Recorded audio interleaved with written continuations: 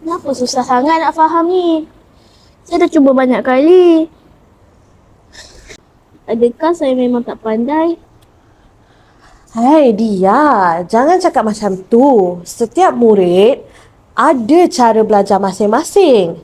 Ilmu ni bukan sekadar siapa yang cepat belajar. Okey, tapi siapa yang terus berusaha.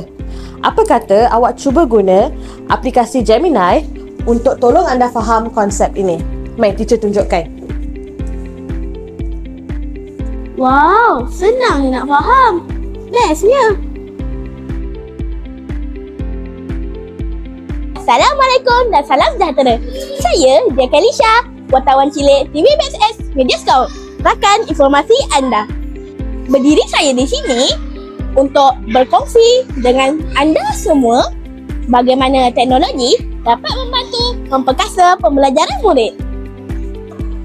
Jom kita lihat sendiri bagaimana teknologi memperkasa pembelajaran murid. Teknologi memperkasa pembelajaran murid dengan pertama, memudahkan pemahaman.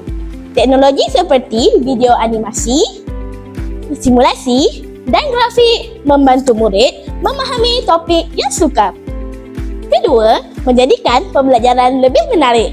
Penggunaan kuis interaktif seperti Playground dan Kahoot menjadikan kelas lebih seronok. Murid lebih aktif, tidak bosan dan terlibat secara langsung dalam PDP. Teknologi membolehkan pembelajaran berdiri. Murid boleh belajar mengikut tahap sendiri dan ulang kaji pada bila-bila masa menggunakan teknologi di mana-mana sahaja. Kawan-kawan, jomlah guna Whiteboard untuk ulang kaji subjek English.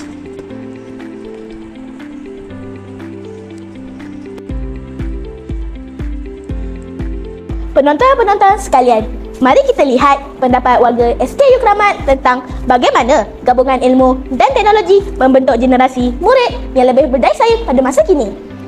Okey, pada pandangan saya, kedua-dua perkara ini memang sudah pun digabungkan dengan baik. Yang mana, seperti mana yang kita sedia maklum, tanpa ilmu di hati, kita tidak akan dapat mengendalikan teknologi dengan sempurna. Pada pandangan cikgu, bagaimana penggunaan teknologi dalam PDP dapat membentuk murid yang bukan sahaja celik teknologi tetapi juga berilmu dan bertanggungjawab.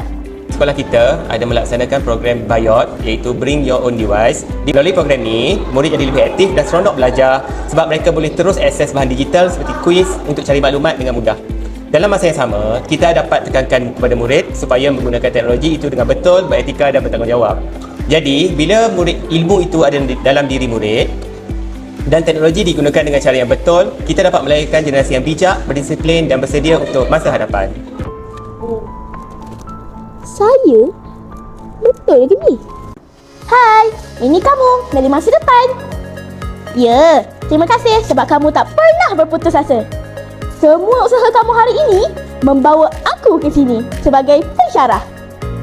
Teknologi membantu perjalanan ini. Tetapi ilmu di hati kamu, itulah yang membimbing segalanya. Saya akan terus berusaha.